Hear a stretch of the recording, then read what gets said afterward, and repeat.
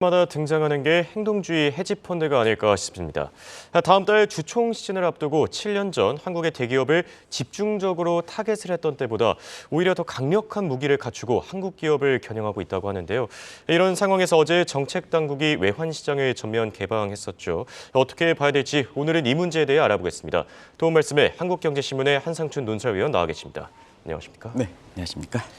네, 오늘 미국 증시 아무래도 최대 관심사는 제롬 파월 연준 의장의 발언이었을 것 같습니다. 전반적으로 어떻게 보셨습니까? 네, 우리가 이번 주 들어서 그 환율이 급등하고 예. 주가가 좀 떨어짐에 따라서 2월 달 들어 그렇게 주가의 그 조정론 이런 것을 좀 얘기하시는 분이 있어요. 예.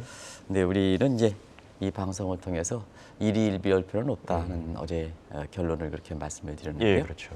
오늘 그 파월의 발언이 미국 증시를 많이 끌어올렸습니다. 역시 관심이 됐던 것은 파월의 발언이 왜 이렇게 주목됐냐면 예. 지난주에 1월 그 페드 회의 끝나고 나서 예. 기자회견 내용과 곧 이어서 발표됐던 1월 고용 통계가는 서로 미스매치가 있었죠. 예, 이 부분이 어떻게 정리될 것이냐는 그래서 기자회견 당시를 이렇게 재확인된다면 주가가 올라갈 거고 예. 고용 통계를 중심으로 해서 매파적인 성격으로 오면 차익 매물 실현과 함께 주가는 떨어질 거고 이렇게 이제 한번 우리가 그 진단해 드렸는데요. 월가에서 가장 관심이 있었던 1월 FOMC 회의 기자회견의 디스인플레, 인플레가 통제되고 있다 예. 하는 이 부분은 오늘 확실하게 다시 강조했습니다. 이게 투자 심리를 이렇게 끌어올리는데 가장 결정적 기여를 했다 이렇게 볼 수가 있습니다.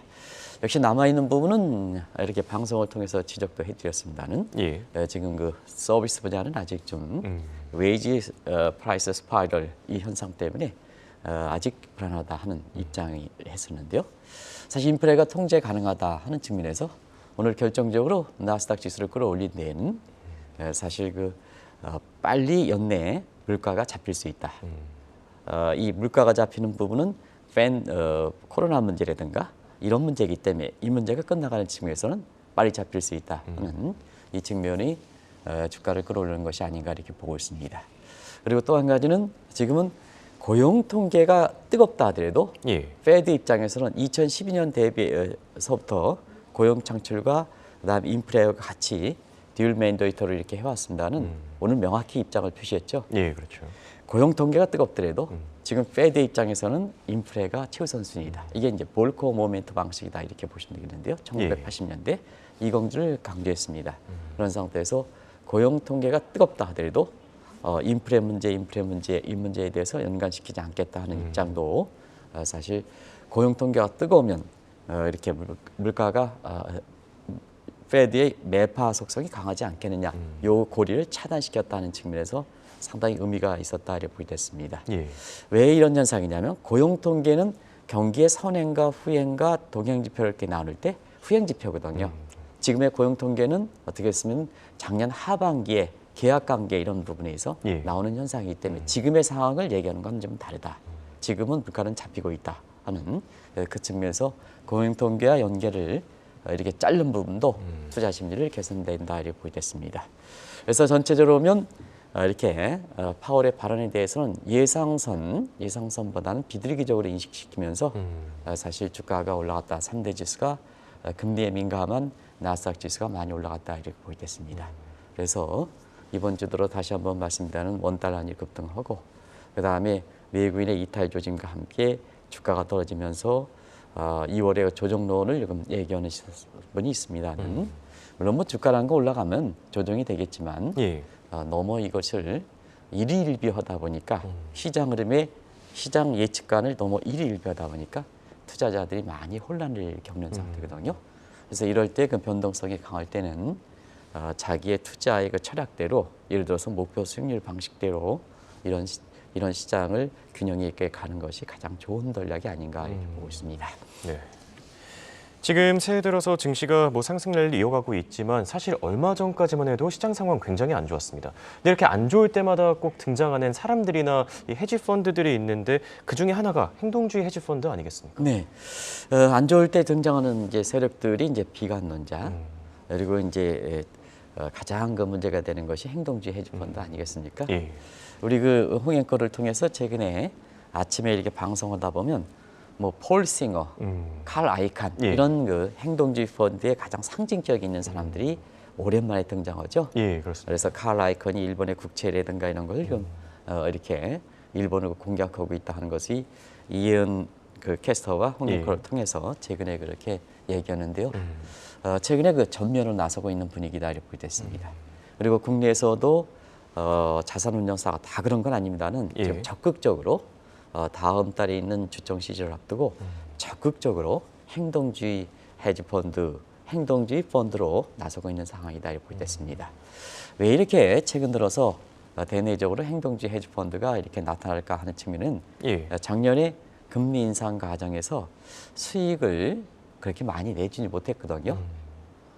내주지 못한 상태에서 좀 자기 자신의 고객과의 이렇게 신뢰를 유지해서는 어느 정도 수익을 좀 보장해야 되거든요. 근데 투자 대상 기업들이 여러 가지 문제가 있다 보니까 이를 적극적으로 개선하는 측면에서 전부 행동주의 헤지펀드가 된다 이렇게 보겠습니다. 그리고 행동주의 헤지펀드에 대해서 우리 시청자분도 잘 아실 거로 생각합니다. 이게 이제 행동주의 헤지펀드가 굉장히 여러 가지 어떤 사람들 보통은 코리아 디스카운트의 요인을 해소시킨다. 어떤 사람은 한국의 기업 사냥터를 더 만든다. 이렇게 보는 것은 목표와 행동 간에 이렇게 서로 다르기 때문에 그렇다 이렇게 보겠습니다. 목표대로 간다면 사실 코리아 디스카운트를 해소한다 이렇게 보겠습니다. 그렇죠. 왜 그럴까 하는 측면은 주주 가치를 극대화한다든가 그다음에 기업 지배 구조를 투명한다든가 이런 쪽에 아주 선한 양의 모습을 갖고 이것을 목적으로 하기 때문에 이대로 간다면 한국의 코리아 디스카운트로 하고 누구든 환영하지 않을 사람이 없겠죠. 그렇죠. 근데 문제는 이거를 달성하기 위한 방법적인 측면에서 상당 부분 문제가 있다는 얘기입니다. 예를 들어서 대부분 다 최근에 보면 M&A는 적대적 M&A죠. 우호적 M&A가 그렇죠. 상대방이 M&A를 할 때 경영권을 보호해주는 게 아니라 지난해 일론 머스크가 트위터를 할 때 적대적 M&A를 취했죠. 그래서 경영권을 탈취하는 이런 쪽의 형태를 하기 때문에 저 목적 달성에 상당 부분 수단이 이렇게 불일치한다 이렇게 보겠습니다. 그리고 실질적으로 보면 이러다 보니까 피대상 기업의 나중에 모습 보면 흐물흐물해서 사실 난도질 당하는 모습을 보이고 있는데요. 이름에 따라서 1위 때가 어떤 특정 공격을 했을 때에는 굉장히 뼈만 남고 앙상이 되지 않습니까? 그에 비유돼서 울프백이다, 1위 때 전략이다. 그래서 이렇게다 보니까 실제로 결과를 보면 기업 사냥꾼이다. 그래서 목적은 선한 약이지만 이렇게 결과적으로 나중에 나오는 거 보면 기업 사냥꾼의 역할을 했다. 이렇게 보시면 되겠습니다. 이것이 이제 전통적인 헤지펀드, 행동주의 헤지펀드의 모습이라 하는 것은 시청자분도 잘 아실 거로 생각하고요. 최근에 보면 행동주의 헤지펀드가 변신하고 있습니다. 이 대목을 우리 정책 당국에서 인식을 할 필요가 있거든요. 그러면 행동주의 헤지펀드도 항상 투자 환경이 변하고 각국의 제도라든가 변하면 거기에 맞게끔 변화해야 되거든요. 그리고 행동주의 헤지펀드가 활동할 수 있는 여건이라든가 변하면 거기에 맞게끔 변신을 자르는 게 행동주의 헤지펀드 아니겠습니까? 그래서 지금은 행동주의 헤지펀드가 새롭게 변신하는 상황이다. 한국이 여기에 대해서 법이라든가 제도라든가 그리고 우리의 시장 참여들의 능력적인 측면에서 쫓아갈 것인가 하는 이 측면을 보고 외환시장 개방, 예외환시장 개방 이런 식으로 가야 된다는 것을 말씀드리겠습니다. 방금 전에 행동주의 헤지펀드가 변화하고 있다 이런 말씀을 해주셨는데 종전과 구별해서 말씀해 주시죠. 네, 행동주의 헤지펀드가 종전에 우리가 알고 있는 것은 행동주의 펀드의 1.0 시대다. 근데 최근에는 새로운 변신과 함께 행동주의 2대 펀드다, 2.0 시대다 이렇게 보겠습니다. 그러면 행동주의 1.0 시대와 행동주의 2.0 시대는 어떤 차이점이 있을까 하는 측면에서는 대체로 보면 행동주의 헤지펀드는 시청자분이 알고 있으신 그런 내용이다. 예를 들어서 폴 싱어의 엘리엇 매니먼트 2015년, 자나 파트너스, 한국도 공격한 적이 있죠. 프라이언 이런 쪽으로 알고 있으신 내용이 있기 때문에 여기서 약하겠습니다. 대부분 다 행동주의 헤지펀드들은 기업을 대상으로 한다. 그래서 기업이 울프백 전략에 의해서 나중에 뼈만 남다 보니까 기업 사냥꾼으로 인식했다 이렇게 보겠습니다.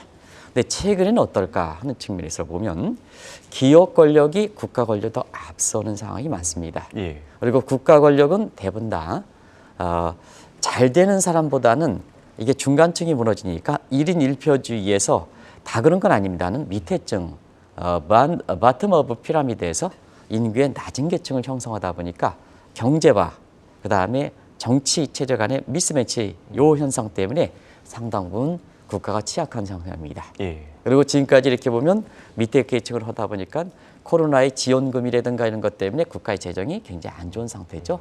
그러다 보니까 자 행동지 2.0 시대는 투자 대상일 기업을 포함해서 국가 쪽으로 간다 이렇게 됐습니다. 그런 것이 칼 아이컨이 최근에 일본 정부를 공격한다든가 또 한국에 대해서 외환시장 어제 개방 조치도 이런 측면도 감안한 것이 아닌가 생각합니다.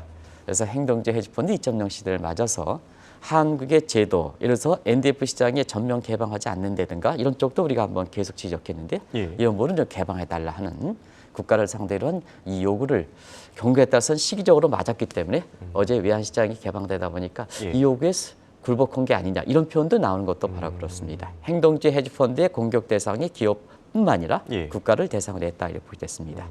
그리고 행동지 1.0 시대에는 엘리엇 매니지먼트 것처럼 행동지 헤지펀드가 독자적으로 활동했다 이렇게 보겠습니다. 예. 그러다 보니까 많은 한계에 부딪히는 거죠. 그런데 행동지 2.0 시대는 행동지 헤지펀드와 함께 이 개인들, 주주들과 연대하는 움직임을 보인다. 굉장히 파워풀하죠. 예, 그렇죠. 굉장히 파워풀하죠. 그런 측면에서는 자 행동지 헤지펀드가 주주들과 개인 투자가 연계한다 하는 측면에서 행동지 1.0 시대와는 다르다 이렇게 보시면 되겠습니다. 이런 것이 한국의 기업이라든가 국가라든가 이런 거 할 때 우리 제도라든가 국회의원들이 법이라든가 이런 측면에서 어떻게 고려할 것인가 하는 이 측면을 지금부터 풀어가도록 하겠습니다. 방금 전에 정책 당국이 외환 시장을 전면 개방했다 이렇게 말씀해 주셨죠. 여러 평가들이 나오고 있습니다. 개인적으로 어떻게 보십니까? 네, 외환시장을 오랫동안 이게 담당하는 입장에서는 그동안 IMF의 트라우마 때문에 예. 우리가 외환시장이 전면 개방되지 못한 측면이 있습니다. 그래서 그동안 여러 가지 얘기했던 NDF 개방 문제라든가 이런 걸 수용해서 어제 전격적으로 발표했는데요. 예. 사실 그 정책 당국 입장에서 뭐든지 정책 개선이라는 것은 긍정적 측면을 많이 나타나기 위해서 그렇겠죠. 예, 그렇죠. 우리가 뭐 경제 부작용 생각해서 이걸 개방시키진 않겠죠. 예. 그런 측면에서는 긍정적 측면이 많이 나타날 거로 보고 그 많이 나타나기를 국민의 한 사람으로 기대해 보겠습니다. 아시겠습니다는 왜 IMF의 트라우마를 상처를 치유한다는 측면에서 한국의 경제 위험상 규모에서 보면 지금 세계 10위거든요. 예. 소프트 에이지 측면에서도 뒤떨어진 측면인데 여기에 맞게끔 해서 인체에 보면 사람은 한상춘이가 몸이 커지는데 지능이 개발되지 못했다면 또 품격이라든가 개발되지 못했다면 그는 항상 그 불균형적인 사람이 되는 거거든요. 소위 얘기해서 또라이 시각이 되는데요. 이런 측면을 예. 개선시킨다 하는 측면에서 개선 측면에서 긍정적 측면이 많이 나타날 거로 이렇게 보입니다는 문제는 그렇습니다. 예. 그게 제도가 개방에 따라서 지금의 여건에 맞아야 긍정적 측면이 많이 나타나는 거거든요. 그리고 시장 제도에서 개선됐다 하더라도 국회의원분들이 법에 의해서 보장되지 않으면 미스매치가 나면 부정적 측면이 많이 나타납니다. 예. 그런 걸 지금부터 한번 검토해 보도록 하겠습니다.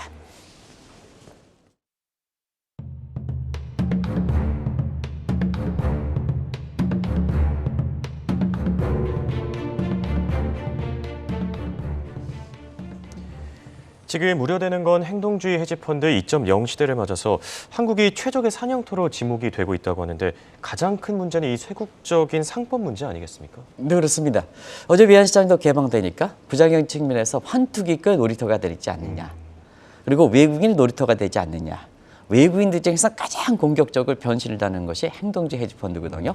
그래서 행동주의 헤지펀드의 사냥터가 되는 게 아니냐. 이런 쪽의 우려가 나온다 이렇게 됐습니다. 예. 그런 측면을 왜 이렇게 한국이 기업 사냥터 이렇게 되냐 할 때는 폐쇄적인 상법이 지금 제도 개선, 외환시장 전면 개방이라는 거기에 너무 불일치한다는 얘기입니다. 예. 우리가 보면 왜 그럴까 하는 측면은 이 상법 개정은 거대 야당에 의해서 이전의 정부에서 이렇게 됐던 문제인데요. 그 측면에서 행동주의 헤지펀드와 관련해서 몇 가지 중요한 결정적 사항을 이렇게 한번 말씀드리겠습니다. 예. 이게 바로 다들 아시겠습니다는 3% 의결권 제한 문제입니다. 대주주거든요. 예. 그래서 주주 제한제도 이것이 시간이 가면 갈수록 계속해서 문제가 되는 상황이거든요. 또 한 가지는 3% 의결 개항권을 대주주야 오너들이 있는 반면에 자 일반 사람은 5% 이내에는 비공시로 하고 있습니다. 예. 그러면 행동주의 헤지펀드들이 5% 이내에서 아주 공작을 싹 할 때는 이걸 공시하지 않아도 되거든요. 근데 갑작스럽게 나온다는 얘기입니다. 예. 주주들이랑 이것이 이제 스텔스 공격이라는데요. 이 문제가 개선되지 않고 있습니다. 이런 상태에서 너무 그 오너라든가 최고 경영자 대주주를 무시하다 보니까 컨트롤 타워가 비상시에는 가장 중요한 게 그렇지 않습니까? 예. 우리가 코로나 사태라든가 외환 위기라든가 그다음에 2008년 서프라임이라든가 2009년 리먼 버스의 가장 중요한 것은 컨트롤 타워가 가장 중요한 거거든요.